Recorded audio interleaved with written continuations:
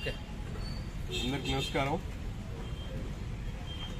రాష్ట్రంలోనే అతి ముఖ్యమైనటువంటి క్రీడా ప్రాంగణంగా ఉన్నటువంటి గుంటూరు నగరంలో బ్రహ్మానంద రెడ్డి స్టేడియం దాదాపు 18 ఎకరాలతో చాలా అంతర్జాతీయ క్రీడాకారుల్ని తయారు చేసినటువంటి క్రీడా ప్రాంగణం బీఆర్ స్టేడియం.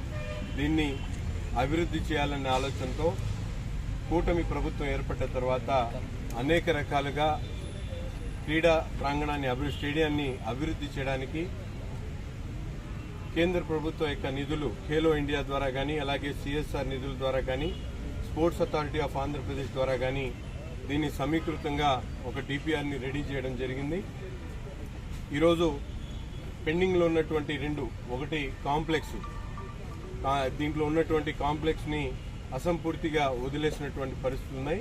దాన్ని పూర్తిగా అభివృద్ధి చేసి రెవెన్యూ పరంగా డెవలప్ చేసుకునేటువంటి కార్యక్రమాన్ని తీసుకోవడం జరిగింది. అంతేకాకుండా దీన్ని ఇక్కడ ఉన్నటువంటి ఈ స్థలాన్ని పరిరక్షించుకోవడానికి కాంపౌండ్ వాల్ని కూడా శంకుస్థాపన చేసుకోవడం ఈరోజు గౌరవ కలెక్టర్ గారి చేతుల మీదుగా ఈరోజు శంకుస్థాపన కార్యక్రమాన్ని చేసుకోవడం జరిగింది. దాదాపు 1,60,00,000 రూపాయలతో బీఆర్ స్టేడియం అభివృద్ధి కార్యక్రమాల్లో భాగంగా దీన్ని అభివృద్ధి చేస్తా ఉన్నాం.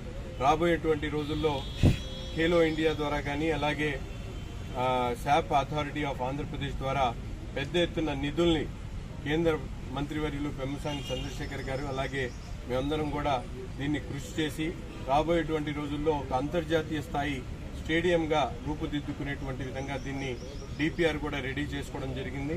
ముఖ్యంగా అన్ని వసతులు, స్కేటింగ్ దగ్గర నుండి బ్యాడ్మింటన్ కోర్టు నుంచి, అలాగే ఇండోర్ స్టేడియం, ఇండోర్ గేమ్స్ సంబంధించినటువంటి అన్ని వసతులు కూడా ఈ ప్రాంతంలో ఈ స్టేడియంలో ఉండేటువంటి విధంగా, అంతేకాకుండా లోపల క్రికెట్, ఫుట్బాల్, వాలీబాల్ అన్ని ఇంటర్నేషనల్ స్టాండర్డ్లో ఏ విధంగా అయితే దీన్ని అభివృద్ధి చేయగలుగుతామో ఆలోచించుకొని మొత్తం డిపిఆర్ని రెడీ చేయడం జరిగింది. దాదాపు 100 కోట్ల రూపాయల పైబడినటువంటి టార్గెట్తో బడ్జెట్తో దీన్ని రూపుదించుకొని జరుగుతాం.